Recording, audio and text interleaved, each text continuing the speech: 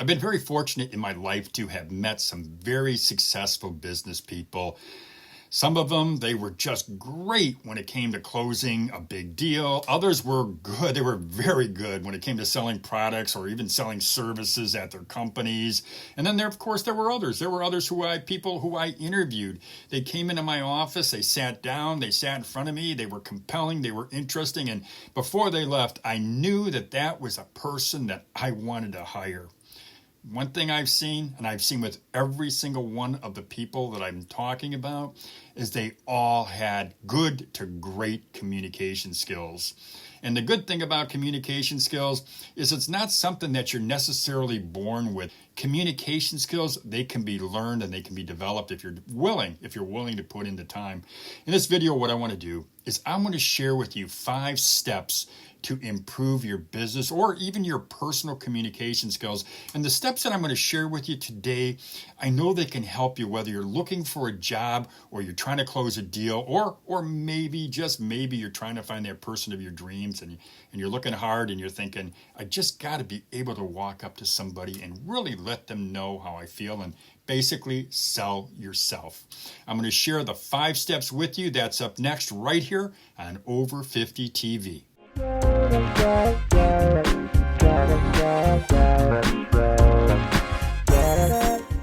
Welcome back to Over 50 TV. My name is Lou Reyes. Now, before the break, I said I'd tell you 5 steps to improve your business and personal communication skills. Let's start with step number 1. Become a great listener. Now, notice I didn't say become a good listener. No, I said become a great listener. I think most of you out there, most people anyway, are typical. They're good listeners. Somebody speaks, they listen, they respond, and it's just that whole process. That's very, very typical. But I don't want you to become typical. I don't want you to be that typical listener. A typical listener is not going to become a great communicator. When you're listening, you've got to do 2 things that are very, very important. Number 1, yes, you're going to listen. You're going to be thoughtful. You're going to let them speak more than you do. You want to just go ahead and focus on what's being said. And when it's appropriate, you'll give an answer. And maybe sometimes what you're going to say is, you know what, I'm not clear on that. Could you explain that to me a little bit more? Now, the other category I mentioned is the category of paying attention to the surroundings. And when I say that, I really mean body language. Body language will tell you just about everything. And I've worked with many people over the years, corporate chiefs. I work with top salespeople. I work with people who all say this, Lou, pay attention to the body language because that tells you everything about that meeting. And you know what? Once I really understood how important body language was, it's when I really started to listen. And I've been in marketing meetings with people at advertising agencies, at companies, and I'll listen and I'll observe. I pay attention to them. Are they looking out the window? Are they looking at the door? Are they looking at their watch? Are they really just kind of disengaging from that meeting? And if I see that they're disengaging, I try to bring them back in. I'll say something, ask a question, but I look for ways to re-engage them. But being a good listener is so critical if you want to become a great communicator. Step number 2, practice.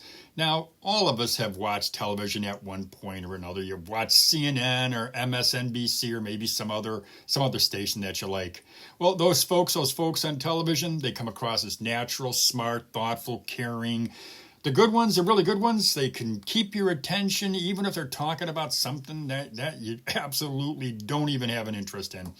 How do they do it? They practice. Now, it doesn't matter if those talking heads, if they're reading from a teleprompter or ad-libbing, every single word, every gesture, every bit of body language, every tear that slides down their cheek, it's all practiced. Now, the thing that's important, though, is to know what you want to say and know how you want to convey your message. You want to make sure that you eliminate anything that's irrelevant. You don't want to distract from your message. Now, what I found is if you're giving a presentation, start out by saying something that's going to immediately get their attention. Also, one thing that helps, it's helpful, I've seen this many times, is just give a little short story, maybe something just to get the audience to relate to what you're going to be talking about. Whatever you do, though, you don't want to come across as rehearsed. That's the reason why you practice. That's the effort. So when you get to that moment, you don't have to think. Instinctively, things happen.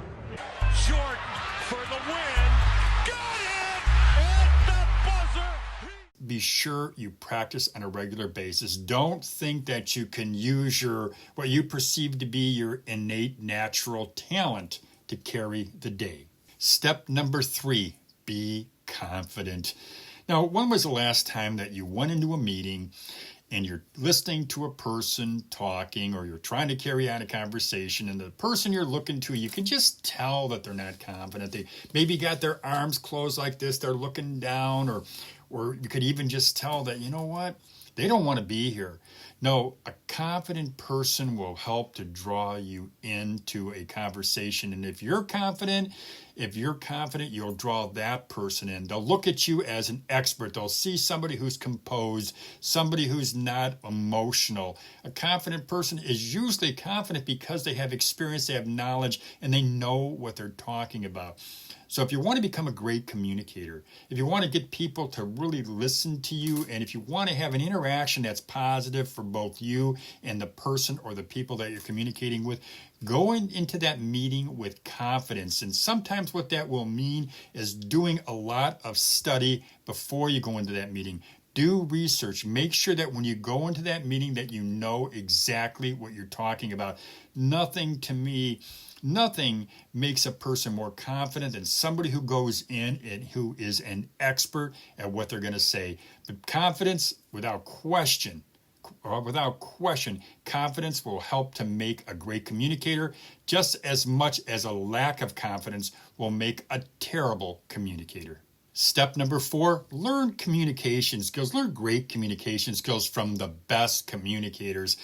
Now, we can do that by reading books, or maybe even going on YouTube and looking at some of the people that we know are great communicators. Some people that I follow, they include Bill Clinton, Dr. Martin Luther King, Winston Churchill, and Oprah Winfrey. You can think whatever you want about them, but I know this. They were great communicators, and their skills, they were summarized in a USC Annenberg School of Journalism article. It was titled 4 Great Communicators and What They Taught Us. And what the article says about Bill Clinton is that he forged an emotional connection with his audience through nonverbal communications. And certainly he didn't distract with overly rehearsed gestures. Nobody can ever accuse him of looking overly rehearsed. Winston Churchill, one of the most often quoted leaders of the 20th century, he used phrases, according to the article, he used phrases that were short and to the point, and he used them because he understood that people are more likely to remember a short but powerful phrase compared to a short and lame phrase. Now, some of his most memorable phrases, they include success is not final, failure is not fatal, it's the courage to continue that counts. And he also said attitude's a little thing that makes a big difference. The great Dr. Martin Luther King communicated with passion, and he used a technique called anaphora. Anaphora involves repeating the same phrase at the beginning of different sentences. In one of his most famous speeches, a speech he delivered during the March on Washington in 1963, Dr. King said, I have a dream that one day on the red hills of Georgia, the sons of former slaves and the sons of former slave owners will be able to sit down together at the table of brotherhood. I have a dream. I have a dream. He said that 8 times, and he repeated other phrases as well. Repetition, when it's done tastefully and in the right place, it reinforces the point and solidifies the idea in the mind of listeners. Oprah Winfrey understands that listening is as important, if not more important, than speaking when it comes to communicating. She speaks out about issues that are on the minds of people in her audience, and she does so honestly. People in her audience, people who watch her on television, they trust her because she comes off as genuinely interested in others. Oprah Winfrey, Dr. Martin Luther King, Bill Clinton, Winston Churchill.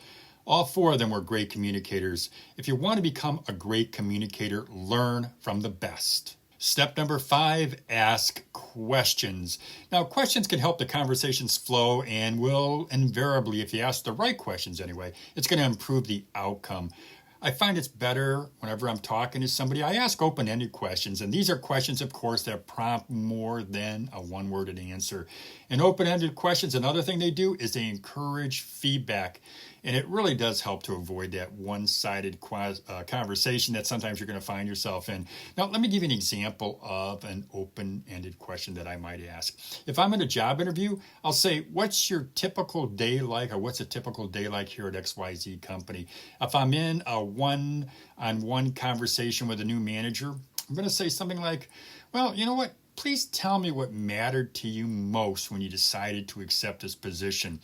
Now, if I have a conversation with a disgruntled employee's not happy, I might say, please share with me what has been troubling you. So that's going to definitely encourage some feedback.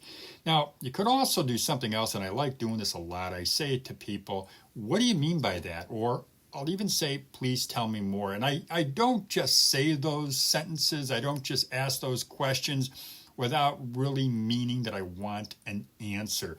But great communication, you're going to ask questions, you're going to encourage feedback, and above all, for me, when I ask a question, I really do want to improve the outcome. I've just shared with you 5 steps to improve your business and personal communication skills, and these are steps that I've learned over time, and they certainly have helped me to improve my communication skills. But let me make one thing perfectly clear.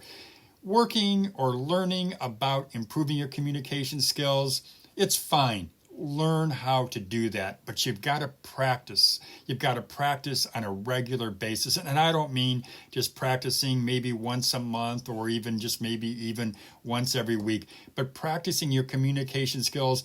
Do it every single day. And certainly you can do it whether you're going to a grocery store, whether you're talking to a significant other, or you're talking to somebody or communicating with somebody in the office. But practice your communication skills. Once you do that, as I said in the beginning of this video, once you become a great communicator, I believe you can become even more successful in any endeavor. If you would, please go ahead and subscribe to our channel, subscribe to Over 50 TV. To do that, all you got to do is hit that little red button. It's underneath your screen, but there's also a little bell. If you hit that little bell, every single time we upload a new video, you'll be notified. But if you don't hit that little bell, you won't be notified. Well, as I always say, have a great day, everybody. Yeah.